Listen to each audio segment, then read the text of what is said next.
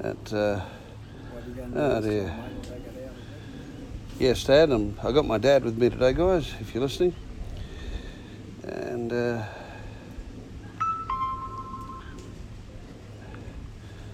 okay.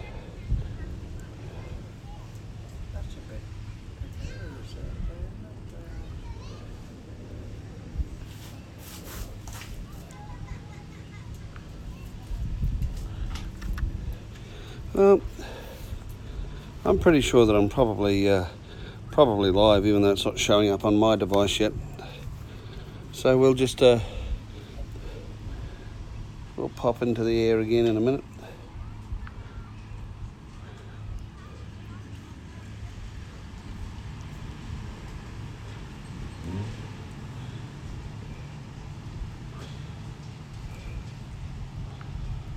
All right, what do we got here? Let's get into the air anyway. Take off. Take off. The home point has been updated. Please check it on the map.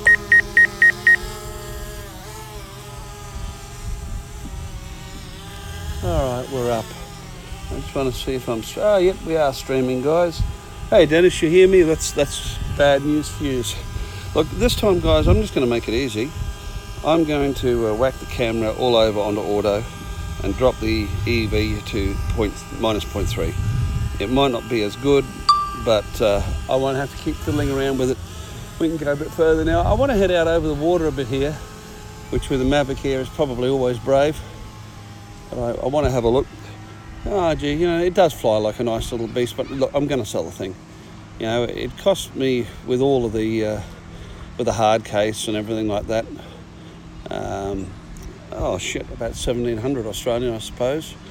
But I'm going to sell it out at about 11 or 12 and buy an Anafi, because I just got too many things that can do what this does, as much fun as it is. And I'm going to get the Anafi, because mainly for the reason that it can look upwards. And to me, you know, that is a worthwhile thing. I'm looking for a particular vessel. You guys, I'm flying in an area that you guys will have seen in one of my published videos early on in the piece called A Day on the Bay. And there was a beached catamaran over in this area of the world. And I've flown it a few times. I thought I would come out here and have a look, but it doesn't appear to be here. And I'm out at nearly 300 metres, and that's as far as I want to go under line of sight today with the air. Anyway, I'm going to fly probably one more flight on the air. I need to cycle these batteries, and after that I'm going to put the Phantom up. And if I'm not answering your questions, it's because the phone is sitting on a I'm only 13 metres above the water here, you idiot. I'm trying to come down. I haven't got the camera pan down. I've got my other phone with the chat some distance from me, so I have to keep walking back every now and then, and I'm, you know, trying studiously at the same time to keep the 30-metre rule and not alarm all of the poor boaties here. So we'll just I'm going to pull up alongside him to the side a little, and we'll see if we can't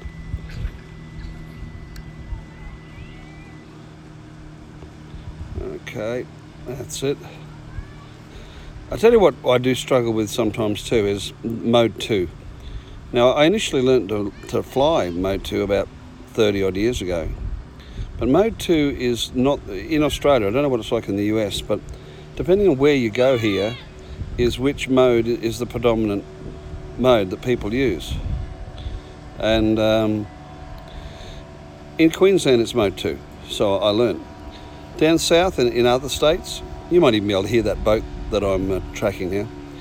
In other states, the southern states, they fly mode 1 more.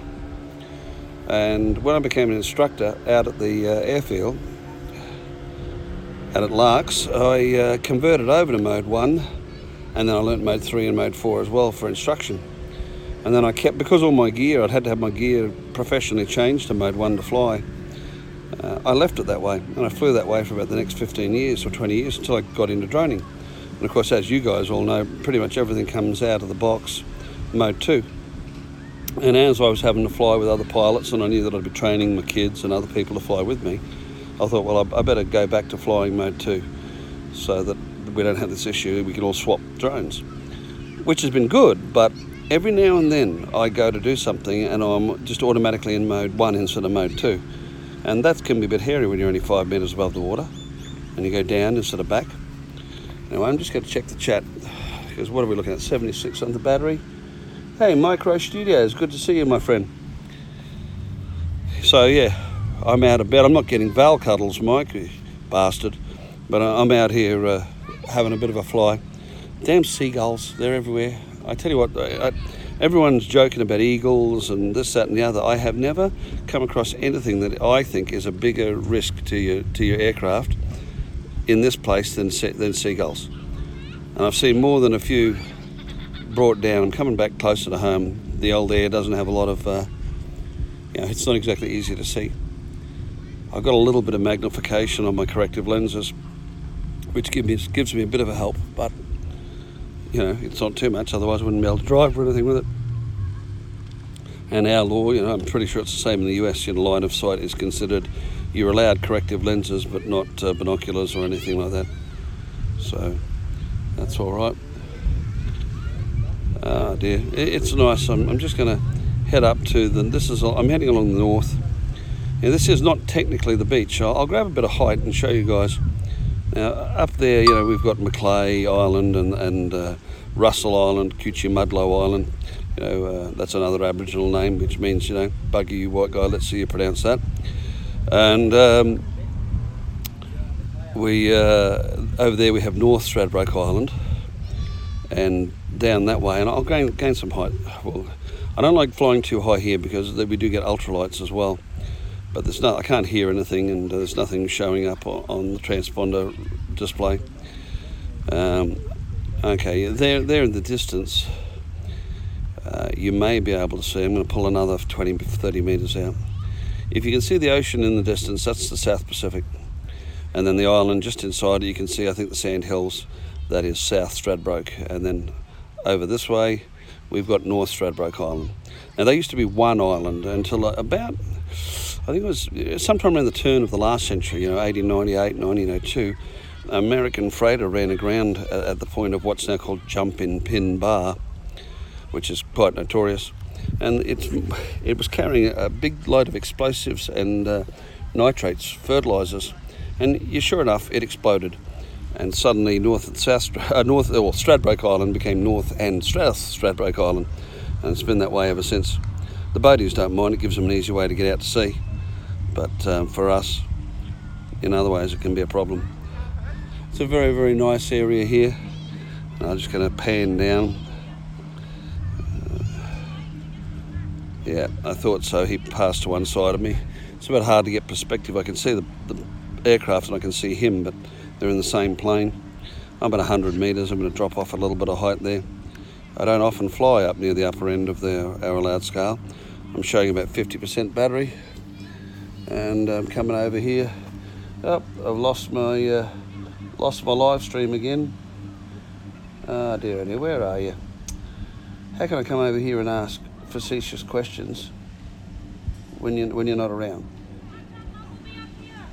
Okay. And yeah, Gary, could someone tell me what time it is over, sort of like Eastern Standard Time in the US? Save me working it out. I'll probably, I'm going to do a belt up and down with the next battery and flatten it fairly quickly, and then I'm going to move on and break out the Phantom 4 so I can go a bit further away and still keep it line of sight.